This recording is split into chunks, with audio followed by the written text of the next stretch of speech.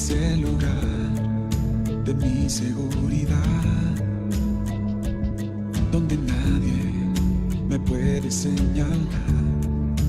Me perdonaste, me acercaste a tu presencia, me levantaste, hoy me postro a adorarte. No hay lugar más alto, más grande que estar a tus pies, que estar a tus pies. No hay lugar más alto, más grande que estar a tus pies, que estar a tus pies.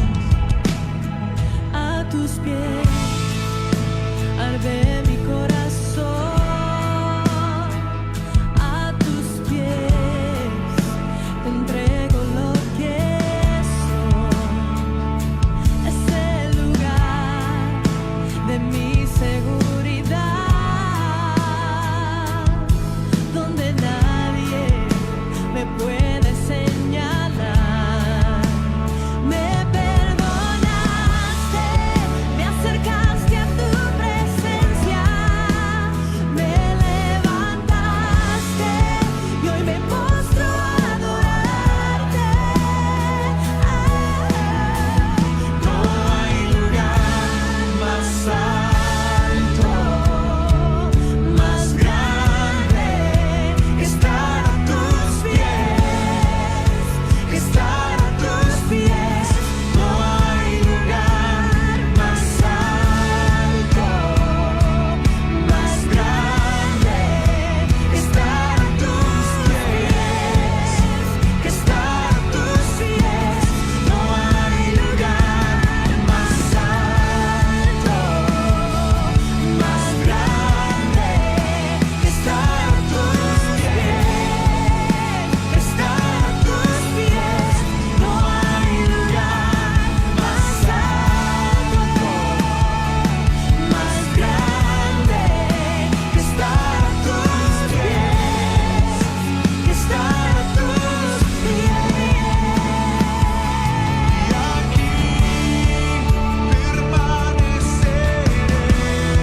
permaneceré, postrado a tus pies. Y aquí permaneceré a los pies de Cristo.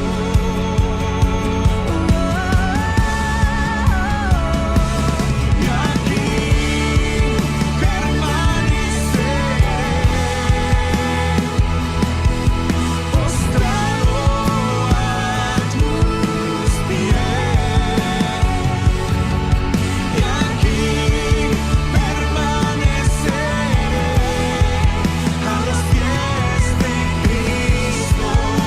No hay lugar más alto, más grande que estar a tus pies, que estar a tus pies. No hay lugar más alto, más grande que estar a tus pies, que estar a tus pies.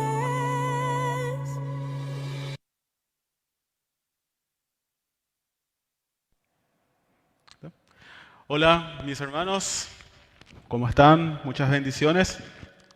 Pueden tomar asiento. Que Dios los bendiga a todos, a los que están aquí en el templo y a los que nos están viendo también por medio de las redes sociales. Muchas bendiciones. Y bueno, estoy muy contento por esta oportunidad de compartir la palabra de Dios. Y estamos en esta serie del libro de Apocalipsis. Entonces estamos continuando con el libro. Y para comenzar el sermón, el mensaje de hoy, me gustaría que puedan abrir sus Biblias ya. Vamos a dar espacio a la lectura de la palabra. Estamos Apocalipsis capítulo 2 del versículo 12 al 17, que es el mensaje a la iglesia de Pérgamo.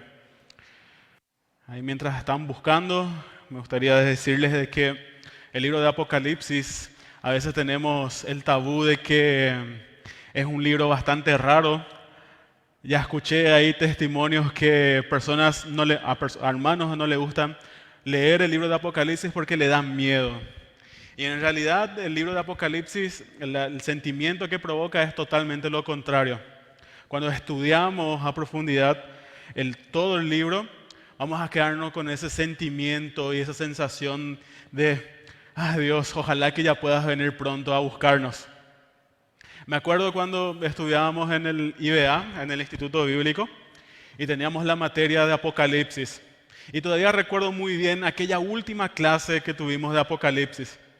Y el sentimiento que teníamos era que, por favor, que no termine nunca esta clase. Era muy bueno, te daba una alegría, te daba una esperanza y un gozo en el corazón que no se puede explicar. Y fue una lindísima experiencia haber estudiado el libro de Apocalipsis. Y estábamos con ese sentimiento. Cristo, ojalá que puedas venir ya pronto a buscarnos. Bueno, leemos capítulo 2, versículo 12. Dice lo siguiente: escribe al ángel de la iglesia en Pérgamo.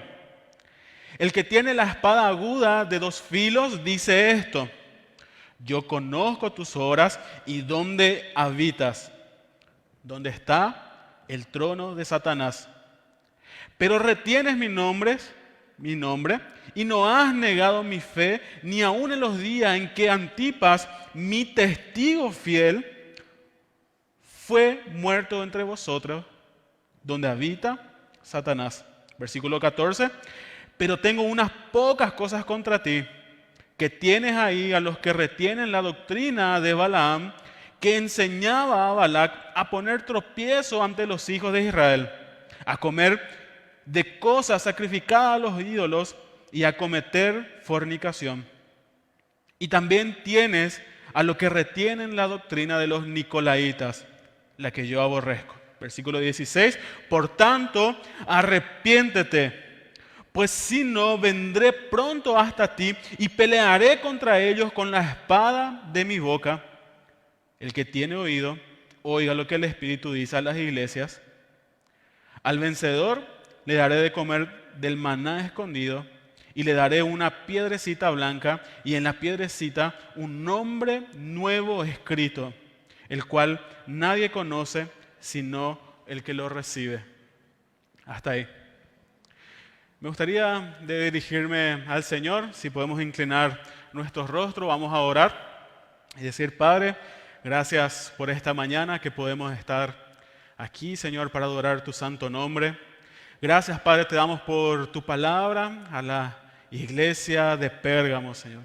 Y Dios, yo quiero pedirte en esta mañana que me puedas dar la sabiduría, Señor, para poder compartir y que nos puedas ayudar, Señor, a escuchar y a comprender, Dios, el mensaje que tenés para la iglesia. Gracias, Dios, te doy por todo y oro en tu santo nombre. Amén. Bueno, para poder entender el texto, el mensaje a la iglesia de Pérgamo, necesitamos comprender 3 tipos de contexto. Creo que primeramente tenemos que ir al contexto literario del libro de Apocalipsis. Tenemos que ir al contexto político por la cual ahí las iglesias estaban pasando en aquel momento, e irnos un poquito más directo al contexto de la ciudad de Pérgamo donde se encontraba esta iglesia. Bueno, vamos al contexto literario del libro de Apocalipsis. Sabemos quién fue el autor. Es la revelación del Señor Jesucristo que se reveló al apóstol Juan. Entonces Juan es el que escribe y la tradición nos enseña de que este Juan es el mismo Juan del Evangelio de San Juan, de las cartas de Juan, ahí que están al final del Nuevo Testamento. Estamos hablando de Juan, el discípulo amado. En el momento que él recibe la revelación de Jesucristo, él estaba exiliado, a él lo condenaron al exilio en una isla que servía como prisión, que se llama Patmos, es una isla griega. Y él estaba ahí condenado hasta la muerte, y dice que en ese lugar recibe la revelación de Jesucristo para contar las cosas que van a suceder pronto. Recordemos de que esta carta es una respuesta a un contexto. La carta de Apocalipsis se escribió para que sea una carta circular. ¿Qué quiere decir eso? Se escribió para que la carta circule a las 7 iglesias que estaban en las provincias del Imperio Romano en la zona de Asia. Entonces, el libro de Apocalipsis se escribió para que circule a esas 7 iglesias que estaban en Asia. Y por más que el libro de Apocalipsis tenga mucho para enseñarnos a nosotros hoy, a los cristianos de nuestro tiempo y a los cristianos de todas las generaciones, principalmente cuando se refiere a la gloria y el poder de Dios, y cuando se refiere a la recompensa que va a tener el cristiano que permanece fiel hasta el final, por más que tenga mucho para enseñarnos a nosotros, el libro de Apocalipsis tiene que ser interpretada de la misma manera como los cristianos de aquellas 7 iglesias lo interpretarían. El tema a veces está que tenemos este estereotipo de que el libro de Apocalipsis es un libro complicado de entender porque tiene mucho simbolismo y habla proféticamente, y a veces queremos complicar y pensar que el propósito es revelar cuándo va a ser la segunda venida de Cristo y revelar quién va a ser el anticristo y cosas así. Lo que pasa es que para nosotros este lenguaje es un poco complicado porque nosotros somos extranjeros a la palabra. Para los cristianos de aquellas 7 iglesias, este lenguaje simbólico le era mucho más fácil de entender, porque era un lenguaje que ellos utilizaban en el día a día. Todos estos lenguajes simbólicos del libro de Apocalipsis son los lenguajes que se usaban en el Antiguo Testamento. Entonces, para aquellos judíos de aquellos tiempos, entonces a ellos les eran bastante fácil poder entender. Para nosotros lo que a veces es un poco complicado de poder entender y a veces nos da mucho miedo. Escuché ya ahí testimonios de hermanos que decían que nunca leyeron el libro de Apocalipsis porque le provoca miedo. Y en realidad es todo lo contrario. Produce una esperanza y una alegría para los cristianos que permanecen fieles hasta el final. Si no somos tan fieles, bueno, ahí yo creo que el libro nos exhorta a permanecer fieles a Dios. Entonces el libro de Apocalipsis fue escrito en respuesta a un contexto que aquellas 7 iglesias estaban pasando en aquellos momentos. ¿Se entiende? ¿Hasta ahí? Y yo anoté acá algunas cuestiones, algunos propósitos por la cual fue escrito el libro de Apocalipsis, por la cual se envió la carta a estos cristianos. Y en primer lugar anoté que la carta tiene el propósito de animar a los cristianos a que puedan permanecer fieles siempre, porque recordemos que en este tiempo aquellos cristianos estaban siendo perseguidos a muerte. En segundo lugar, para corregir las falsas creencias, las falsas enseñanzas que muchos en aquellos tiempos que se decían ser cristianos, pero estaban enseñando un evangelio, un mensaje diferente al mensaje que había enseñado Jesucristo. Otro motivo puse para animar a los cristianos a que puedan tener una oración auténtica, para adorar a Jesucristo como realmente debemos de adorarle a Él. Y en último lugar puse para recordar a los cristianos que permanecen fieles, pase lo que pase hasta el final, es un recordatorio para la recompensa que vamos a tener en la vida eterna. Por eso es un libro de esperanza también para nosotros. También tiene mucho para enseñarnos a nosotros. Entonces vamos al contexto político. ¿Qué está ocurriendo en aquel tiempo?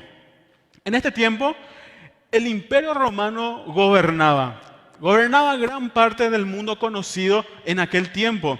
Y parte de su gobierno gobernaba el pueblo de Israel.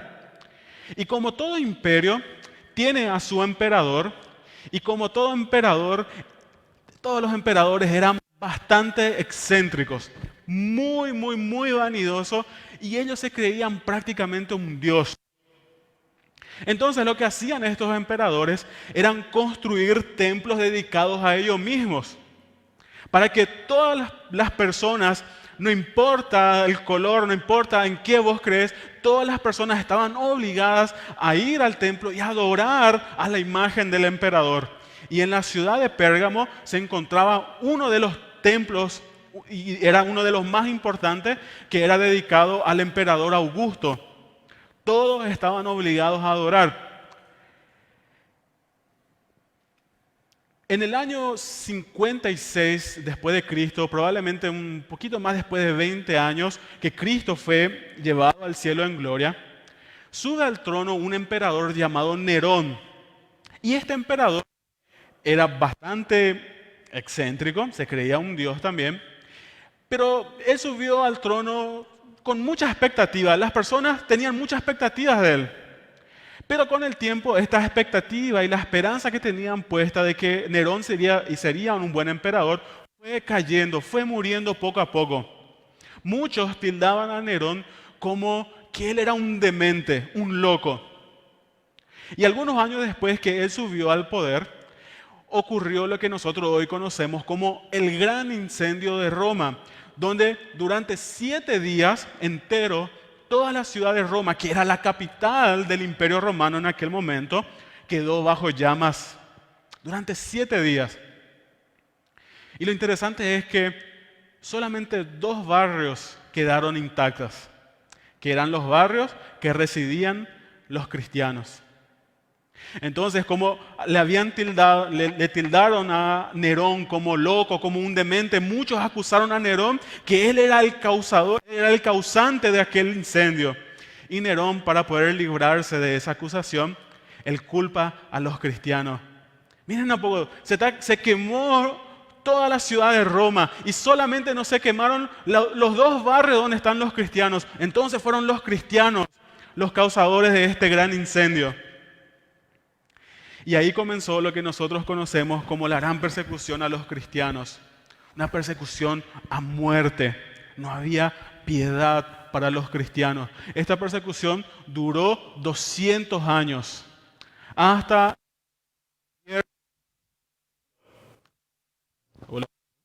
¿Funciona? Hasta el gobierno del emperador Constantino, en el año 313, él legalizó la religión cristiana en ese momento. La persecución de los cristianos era cruel, pero era hecha de forma intermitente. Había momentos en aquellos tiempos que estaba totalmente prohibido ser cristiano. Pero también había momentos en que era un poco más flexible. O sea que podrías ser vos cristiano sin problema, pero no te olvides que tenés que irte al templo del emperador y rendirle tributo a esa imagen del emperador. Y es lo que pasaba también acá en la ciudad de Pérgamo. Y vamos al contexto inmediato, vamos al contexto de la ciudad de Pérgamo, donde se encontraba esta iglesia, que nos corresponde compartir el mensaje de hoy. Pérgamo era una de las ciudades más importantes del Imperio Romano. Era la capital administrativa del Imperio Romano en la zona de Asia. Comercialmente, Pérgamo era una ciudad importante, no tan importante como la ciudad de Éfeso, por ejemplo, pero sí cuando se trata de política, de religión y de cultura, Pérgamo era la ciudad más importante. No había otra ciudad más importante que Pérgamo. Cuando se trata de religión, en la ciudad de Pérgamo encontrábamos 3 grandes templos dedicados a los dioses paganos. El primer templo era dedicado al dios griego Zeus. El segundo templo era dedicado al dios de la salud, de la sanidad, llamado Esculapio. Y el último templo era dedicado al emperador Augusto, donde estaban también las imágenes de otros emperadores, donde todo el mundo estaba obligado a rendir reverencia, tributo, adoración a este dios, a estos dioses paganos. Entonces, yo les hago la siguiente pregunta. ¿Consiguen imaginarse la presión espiritual, social que los cristianos de la ciudad de Pérgamo estaban enfrentando? Una ciudad totalmente idólatra, una ciudad totalmente sucia, una ciudad que no tenía problema, que adoraban al diablo. Imagínense ese contexto en que los cristianos tenían que estar ahí y poder adorar a Dios. Pesado, ¿no? Teniendo en cuenta todo este contexto, entonces ahí Cristo le manda el mensaje a la iglesia de Pérgamo. ¿Qué dice el versículo 12? Y vamos a comenzar. Dice el versículo 12, escribe al ángel de la iglesia de Pérgamo, el que tiene la espada aguda de 2 filos. Entonces Cristo se presenta aquí a la iglesia de Pérgamo como el mensajero, como el ángel, que tiene la espada aguda de doble filo. Esto es una referencia que se saca del capítulo 1, versículo 16. Apocalipsis 1, 16. Dice, en su diestra tenía 7 estrellas y de su boca salía una espada aguda de 2 filos. O sea que, ¿cómo se presenta entonces el Señor a la iglesia de Pérgamo? Como aquel que tiene la espada aguda de doble filo. Y si nos vamos al capítulo 1, nos dice que esa espada aguda de doble filo salía de la boca del Señor. Entonces, a mí lo que me parece interesante es cuando vemos este texto en el idioma original que se escribió el libro de Apocalipsis, que es en el griego, parece que da la impresión de que da un énfasis muy grande en esta presentación de Jesús. Parece que el énfasis es mucho más directo para que el lector, para que el hermano de la iglesia de Pérgamo pueda leer y para que se pueda dar cuenta de que Jesús se presenta como aquel que tiene la espada, aquella de 2 filos, que sale de la boca, de su boca. Y lo interesante también es que la propia Biblia, la palabra del Señor, compara su palabra con una espada de doble filo. Como tenemos, por ejemplo, ese texto en el libro de Hebreos, capítulo 4. Entonces, la referencia aquí es iglesia de Pérgamo. Iglesia de Pérgamo. Cristo tiene el mensaje para ustedes. Atención, ustedes necesitan escuchar el mensaje que Cristo tiene para ustedes. Generalmente nos podemos imaginar o pensar que cuando alguien usa una espada va a ser contra el enemigo. Podríamos pensar y llevar al contexto y pensar que Cristo va a utilizar la espada contra los idólatras, contra los paganos de la ciudad de Pérgamo. Pero vemos aquí que Cristo usa la espada, usa su palabra contra su propia iglesia. Qué interesante, ¿eh? ¿Cuál era el mensaje? Versículo 13. Dice, yo conozco tus obras y dónde habitas. ¿Dónde está? ¿Qué cosa? El trono de Satanás. Pero retienes mi nombre y no has negado mi fe ni aún en los días en que Antipas, mi testigo fiel, fue muerto entre vosotros, donde habita Satanás. Entonces, el mensaje que el hermano de la iglesia de Pérgamo necesitaba escuchar era esto. En primer lugar, ¿qué podemos aprender de este texto? Que Dios no mide sus palabras cuando se trata de elogiar o bendecir a la iglesia cuando hace algo bueno. Entonces, primeramente, Dios conoce nuestra realidad. Dios conoce nuestras obras, sabe lo que nosotros estamos haciendo, conoce nuestro corazón, nuestros pensamientos. Dios lo sabe y lo sabe muy bien. Y cuando Cristo elogia, Él no mide sus palabras para bendecir a aquellos que hacen las cosas correctamente. En segundo lugar, podemos ver que Dios conoce la realidad de la iglesia de Pérgamo. Dios conocía todo lo que ellos estaban pasando en aquel momento. Esa presión espiritual y social que los cristianos estaban enfrentando en aquel momento. De la misma manera como Dios conoce nuestras obras, conoce lo que estamos haciendo y conoce dónde nosotros estamos ubicados. Dios nos mide sus palabras para bendecir y Dios conoce todo. Dios conocía dónde estaban los hermanos, en qué se estaban metiendo los hermanos de la iglesia de Pérgamo. Y lo interesante es que dice dónde estaban ubicadas las iglesias, según el texto, donde está el trono de Satanás. Ahí donde Satanás mora, ahí donde Satanás vive. Y no es que literalmente el diablo estaba ahí con su trono gobernando. No es que literalmente el diablo estaba ahí en ese lugar. Sino que esto es una referencia a la influencia, al poder que tenía el diablo en la vida de los ciudadanos de Pérgamo.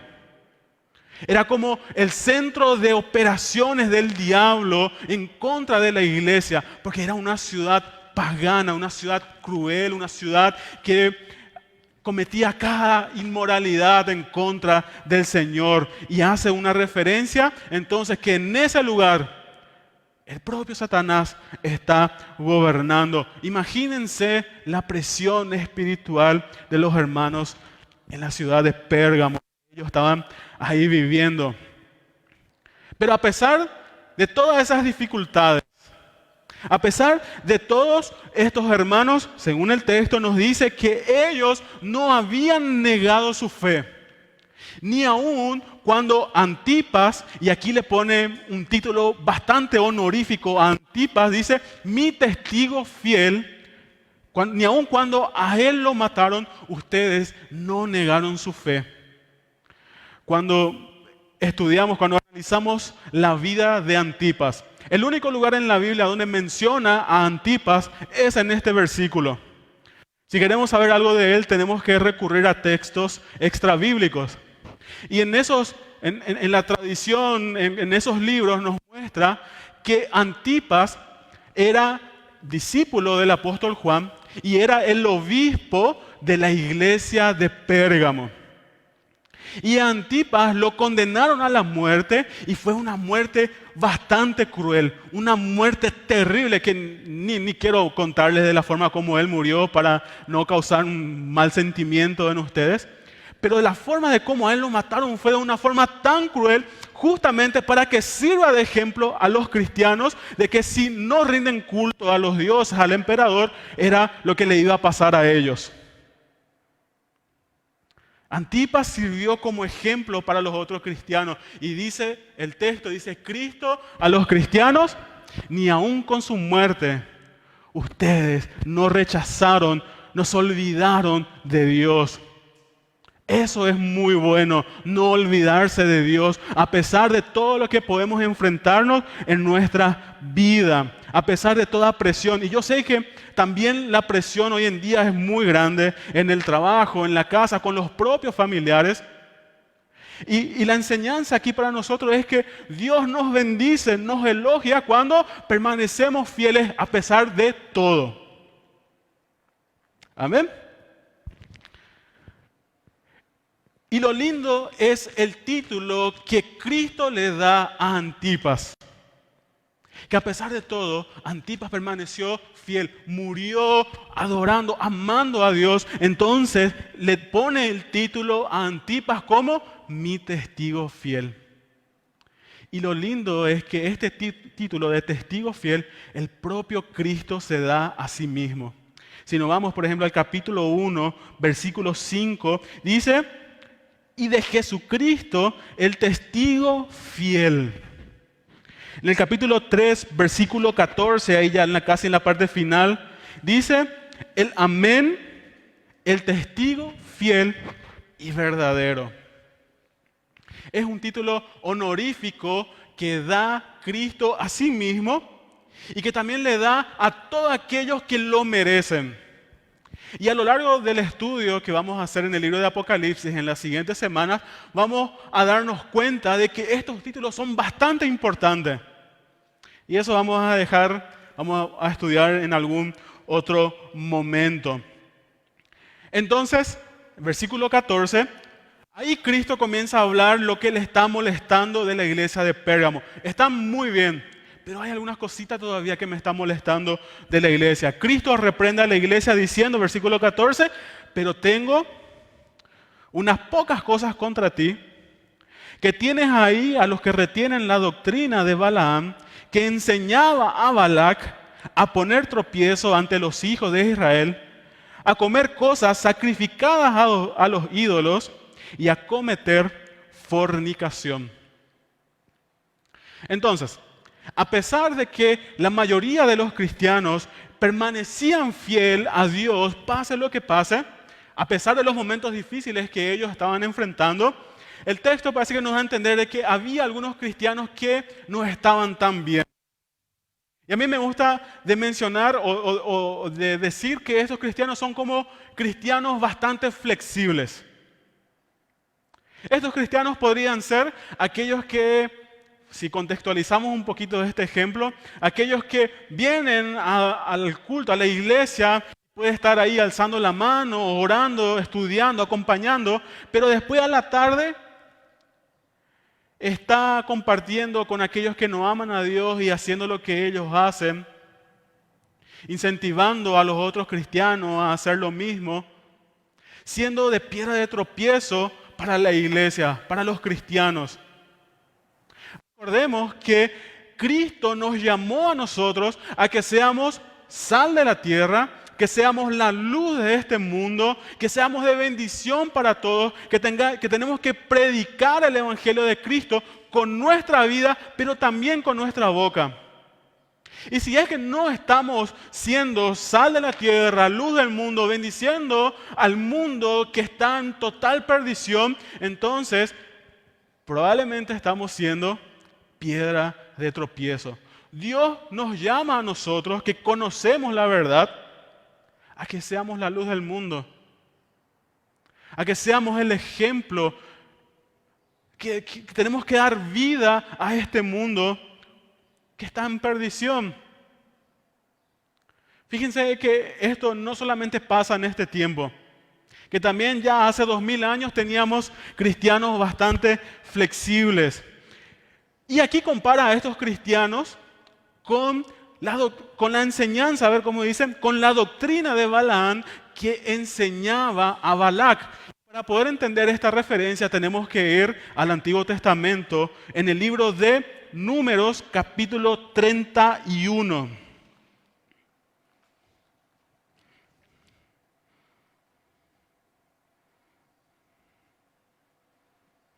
Números 31.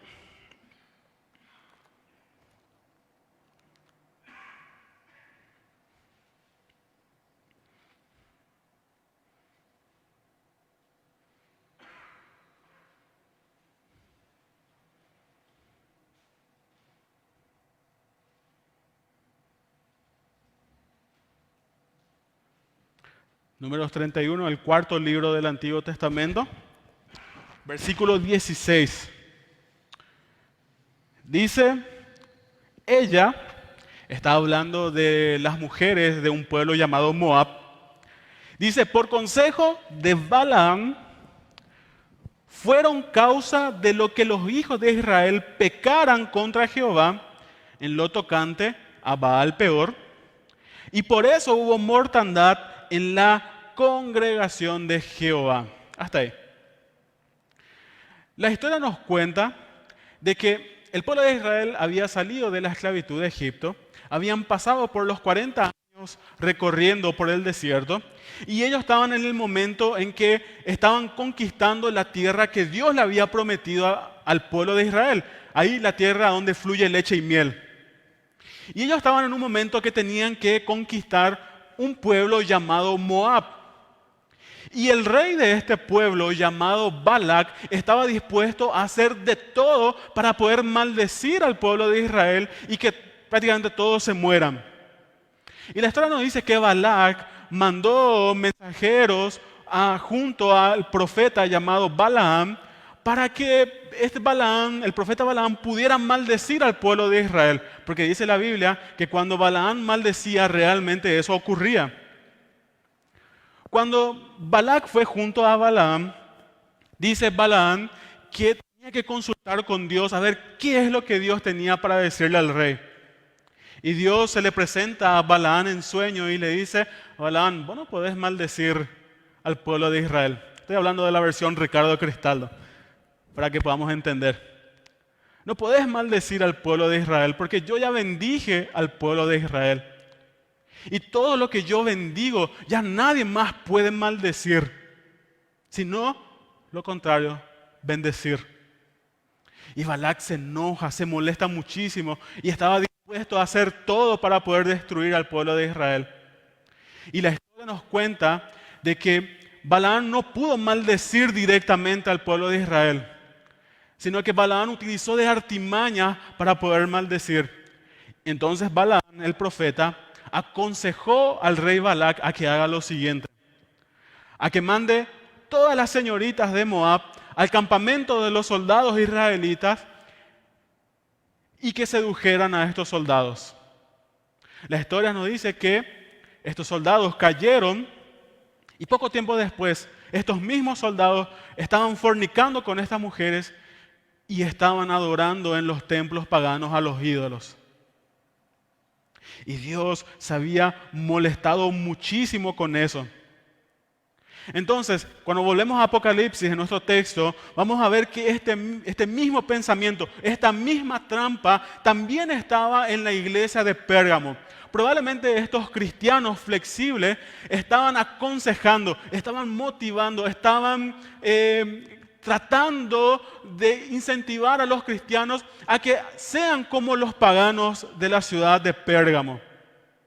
Probablemente, eso lo digo yo nomás, creo que lo aconsejaban para que sean como los demás, que rindan tributo al emperador, para que dejen de molestar ya a los cristianos. Pero sabemos que cualquier cosa que adoramos que no sea Dios, Dios aborrece eso. Entonces estos cristianos estaban siendo de piedra de tropiezo para los verdaderos creyentes fieles. ¿Alguna semejanza con la realidad hoy? ¿Esto pasa actualmente?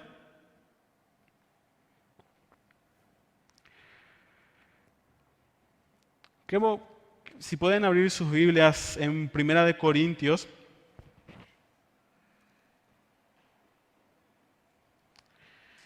capítulo 10.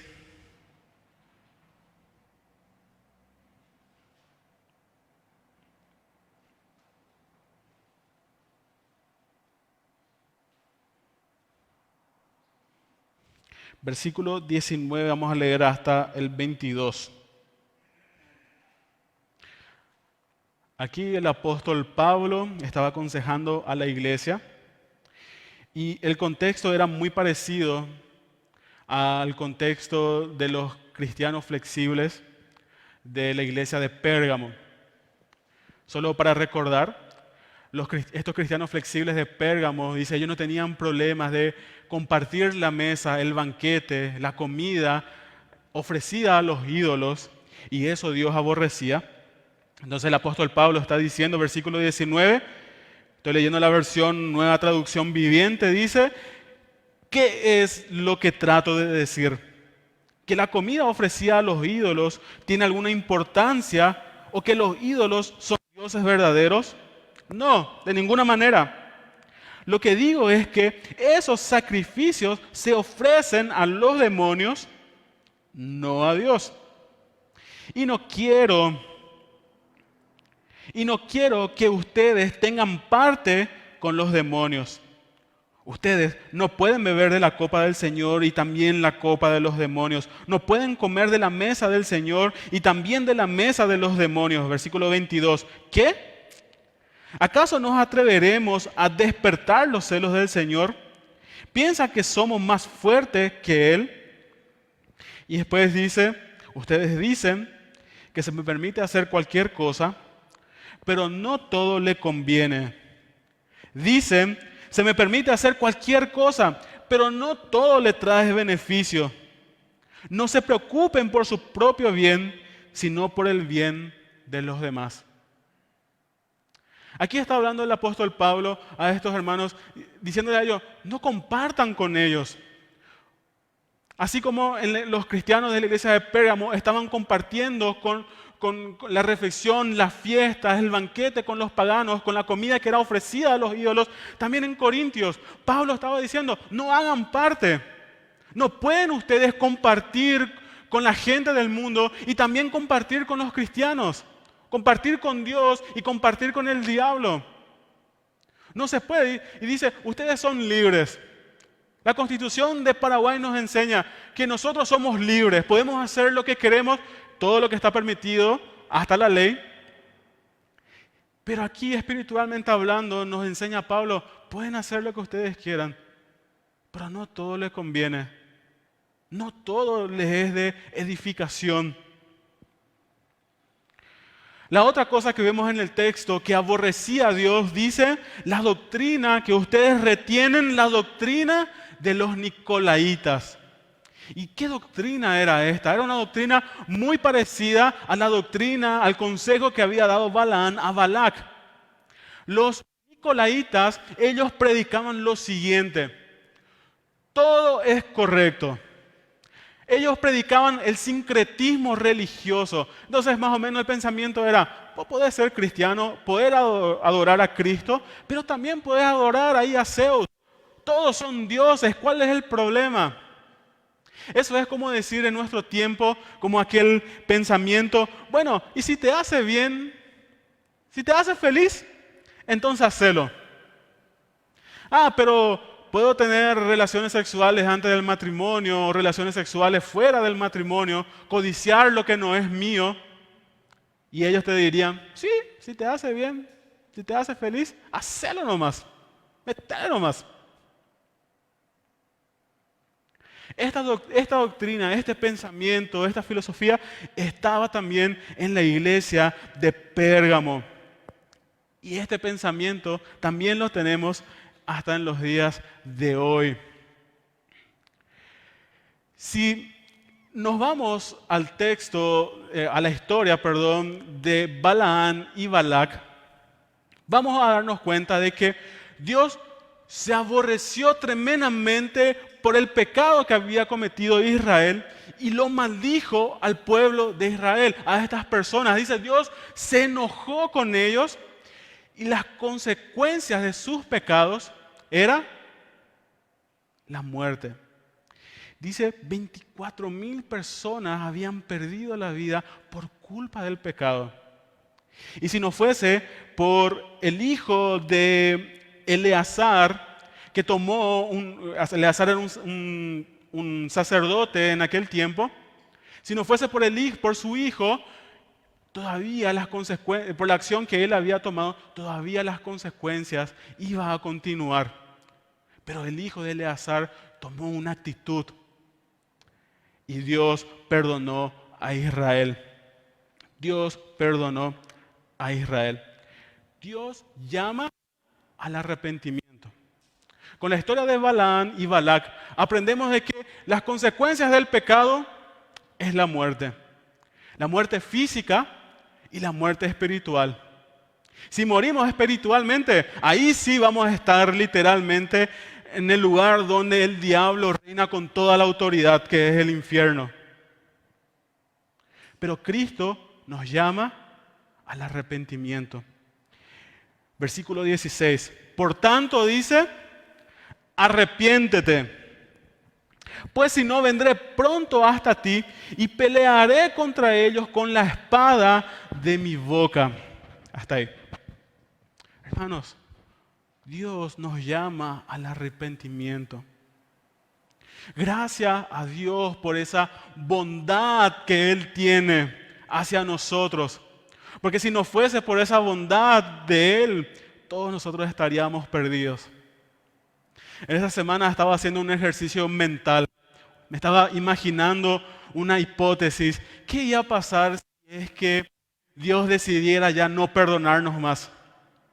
Y yo me imaginaba así, íbamos a estar en un mundo más desastroso, más caótico, totalmente destruido.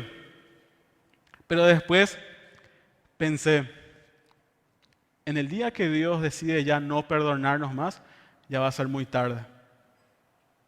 Podemos llorar, podemos gritar, podemos hacer todo, pero ya va a ser tarde. Eso es la muerte espiritual. Gracias a Dios, porque Él es bondadoso y nos perdona. Dios nos llama al arrepentimiento. Dios te llama al arrepentimiento. Si estamos siendo cristianos flexibles, Cristo te está diciendo hoy, arrepentite, sé fiel, permanece firme hasta el final, honrame con tu vida, con tu corazón. Y yo les puedo decir por mi propia experiencia que seguir el camino del Señor fue la mejor decisión que pude haber tomado en la vida. No me arrepiento, fue la mejor cosa. Me da una alegría y un gozo que no se puede explicar haberse aquí y poder compartir la palabra de Dios con todos. Dios nos llama al arrepentimiento. Así como Dios había maldecido al pueblo de Israel por causa de sus pecados, podemos aprender por medio de este texto que si no nos arrepentimos de nuestros pecados, Dios va a tomar la misma providencia que tomó con aquellos israelitas soldados que no se habían arrepentido. Dios tomó providencia. Dios los castigó a ellos por culpa de su obediencia, por no haberse arrepentido. Y 24,000 personas de Israel perdieron la vida. Estos cristianos flex estaban invitando a participar de todas las actividades mundanas. A ser parte, a ser uno más del pueblo de Pérgamo. Estaban siendo de piedra de tropiezo. Y todas las actividades sociales de Pérgamo, de una o de otra manera, estaba relacionada con los ídolos. No podemos ir y compartir un banquete con ellos y después querer venir a la iglesia, porque eso Dios abomina. Dios nos llama al arrepentimiento. Para mí es sencillo. El arrepentimiento es igual a vida. Y creo que si en esta mañana nos quedamos con esto, yo ya voy a estar muy contento. Arrepentimiento es igual a vida. Y dice la Biblia, la vida eterna, la vida abundante. El no arrepentimiento es igual a muerte. A una muerte espiritual, a una muerte eterna, que es lo que yo no deseo a nadie. Versículo 17. Dice, el que tiene oído para oír, que oiga. Lo que el Espíritu dice a las iglesias. Al vencedor le daré de comer del maná escondido y le daré una piedrecita blanca y en la piedrecita un nombre nuevo escrito, el cual nadie conoce sino el que lo recibe. Y esto es un llamado de Dios a la iglesia a que podamos escuchar la voz de Jesucristo. Porque aquellos que no escuchan la voz de Jesucristo están condenados a la perdición. ¿Y cómo eso podemos contextualizar? Aquí tenemos la voz de Jesucristo para nuestras vidas. El mío ya está bastante viejito y esta semana se rompió un poquito. Pero el contenido de este libro te va a llevar a la vida eterna, te va a llevar a conocer más al autor, al creador de la vida, el que nos regala la salvación. Para eso el Señor nos regaló su palabra como una carta de amor para todos nosotros. Y si no escuchamos la voz de Jesucristo, entonces es porque no leemos su palabra y no la estudiamos. Por eso es muy importante estudiarla. Hermanos, participen de los estudios bíblicos, vengan a los cultos, no falten, honren a Dios siempre. Dios nos llama a que escuchemos su voz. Iglesia, familia cristiana, Dios te está llamando a que sea sensible para que puedas escuchar su voz y que hagas su voluntad, que puedas ser de bendición, que puedas ser la sal de esta tierra, la luz de este mundo, que puedas bendecir al mundo con el amor de Dios. Dios nos llama. Y aquí vemos en este versículo dos promesas. La primera promesa es que le daré de comer el maná escondido. Parece un poquito complicado esto. ¿Qué es el maná escondido? Y esta es una referencia en el maná, en el pan que Dios le había dado de comer al pueblo de Israel cuando estaba en el desierto. Y este pan y este maná tenía todas las vitaminas, todo lo que el cuerpo necesita para poder mantenerse en el día a día. Después, este maná fue puesta en el arca del pacto y la arca del pacto simbolizaba la presencia de Dios. Pero después, el propio Dios se hizo hombre, vino a la tierra y Él mismo se compara con el maná. Abrimos nuestras Biblias en el Evangelio de San Juan, capítulo 6.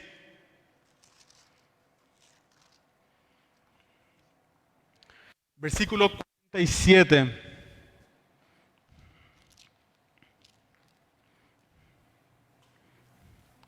San Juan, Evangelio de San Juan, capítulo 6, versículo 47. Jesucristo está diciendo: de cierto os digo, el que cree en mí tiene vida eterna. Yo soy el pan de vida. Vuestros padres comieron el maná en el desierto y aún así murieron. Este es el pan que desciende del cielo para que no muera quien coma de él. Versículo 51. Yo soy el pan vivo que descendió del cielo. Si alguien come de este pan, vivirá para siempre. Y el pan que yo daré es mi carne, la cual yo daré por la vida del mundo. Entonces los judíos discutían entre sí diciendo: ¿cómo puede éste darnos de comer su propia carne? Y Jesús les respondió: de cierto os digo, si no coméis la carne del Hijo del Hombre y bebéis de su sangre, no tenéis vida en vosotros.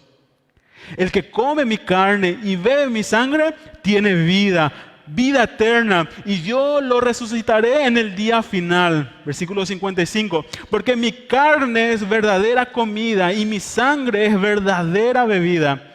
El que come mi carne y bebe mi sangre permanece en mí y yo en él. Así como me envió el Padre viviente y yo vivo por el Padre, también el que come vivirá por mí.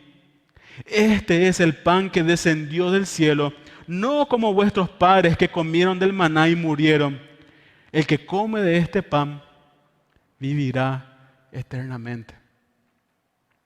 Y este texto es una referencia en el libro de Apocalipsis, es una referencia a Jesucristo.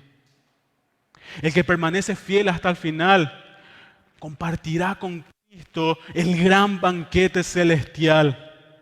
Ya no hay necesidad de compartir con los paganos. Ya no hay necesidad de estar con ellos. Porque la promesa es que en el cielo vamos a estar compartiendo con Cristo la gran fiesta. Ese gran banquete que tanto estamos esperando ya. Y la segunda promesa, que va con la primera, dice: y le daré una piedrecita blanca, y en la piedrecita un nombre nuevo escrito, el cual nadie conoce sino el que recibe. Aquí los comentarios bíblicos dan varios significados a esta piedrecita blanca. Por ejemplo, encontré que esta piedrecita blanca que estaba puesta su nombre, ganaban todos aquellos que salían ganadores de una olimpiada. Entonces al ganador se le daba una piedrecita blanca con su nombre escrito, y esa piedrecita le daba un estatus un estatus, le daba mucha influencia y un bienestar muy grande. También encontré que esta piedrecita se utilizaba en las cortes de justicia. Cuando la persona, por ejemplo, era condenada por algo, entonces se le daba una piedrecita negra. Pero aquellos que fueron absueltos de cualquier acusación, entonces se le daba una piedrecita blanca con su nombre puesta. Y también encontré que la piedrecita blanca podría significar como una invitación que antiguamente se le daba a las personas para participar de un evento, de una fiesta pública. Y a mí me gusta pensar más en esta última alternativa, porque parece que coincide más con la primera.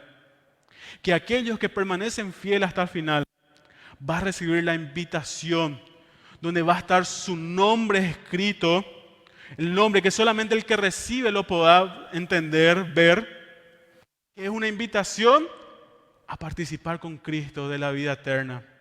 Y este nuevo nombre significa la nueva identidad que vamos a tener en el cielo, que aquí en la tierra está corrompida por causa del pecado.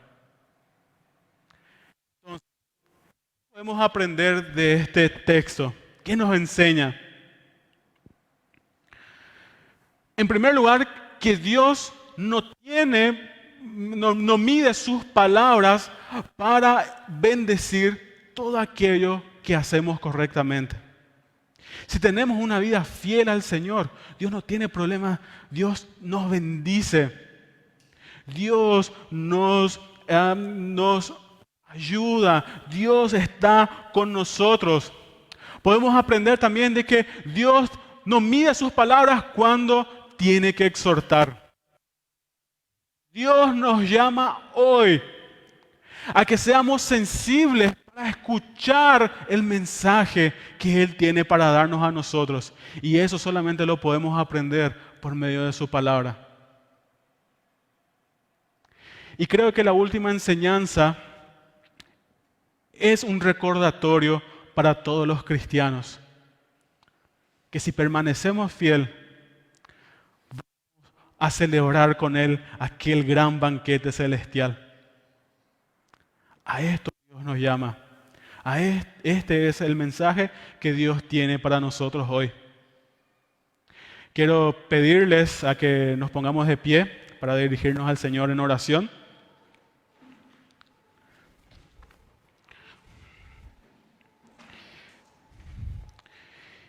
Y me gustaría de invitarlos a la reflexión. Que cuando salgamos de este lugar o cuando apaguen su teléfono o su computadora, que podamos reflexionar y pensar en Cristo, en su mensaje. Que si estamos siendo como cristianos flexibles hoy, Dios te está llamando al arrepentimiento. Dios es bueno para perdonar. Y cuando Dios perdona, Él se olvida, Él perdona realmente. Entrega tu corazón al Señor hoy. Entrega tu corazón a Dios hoy. Este es el momento. Que tu vida sea como una ofrenda agradable a Dios. Oremos. Padre amado, mi papá, nuestro papá, gracias. Gracias, Dios, por ser tan bondadoso con nosotros. No merecemos, Señor, tu perdón, pero aún así decidiste perdonarnos. Gracias por ser tan bueno con nosotros. Gracias, Señor, por tu obra en nuestras vidas. Gracias, Señor, por todo lo que haces y que muchas veces no nos damos cuenta, Dios. Gracias. Señor, en esta mañana yo quiero pedirte, Señor, por nuestras vidas. Quiero pedirte, Señor, que puedas entrar en nuestras vidas, que puedas limpiar, Señor, nuestro corazón, nuestros pensamientos, Padre. Queremos glorificarte, Dios. Queremos honrarte. Queremos estar, Señor, en el día de mañana contigo ahí en el cielo, conmemorando esa gran fiesta, esa gran banquete que vos prometiste para aquellos que permanecen fieles hasta el final. Y cuando vos prometés, Señor, cumplís. Señor, limpia nuestro corazón. Padre, que este lugar, Señor, pueda ser un lugar de adoración. Un lugar, Señor, que te pueda glorificar. Un hospital para el alma, para el espíritu. Señor, te pido, Padre. Y te pido, Señor, por aquellos hermanos que están aquí presentes, por aquellos que nos están escuchando, Señor, por medio de las redes sociales, que los puedas bendecir a ellos, Padre. Que los puedas ayudar a recordar en el día a día, Padre, tu palabra. Que, Señor, que si nos ayude, Señor, a recordar que si estamos haciendo algo malo, que eso no te agrada. Gracias, Dios, por tu perdón. Y oro en tu santo nombre. Amén. Mis hermanos, que el Señor los bendiga. Buena semana. No se olviden de leer todos los días su palabra, escuchar su voz. No se olviden de poner en práctica todas aquellas prácticas espirituales, como orar, ayunar, bendecir la vida de los hermanos con un mensaje, con una palabra de ánimo, una palabra de bendición. No se olviden. Que el Señor los bendiga.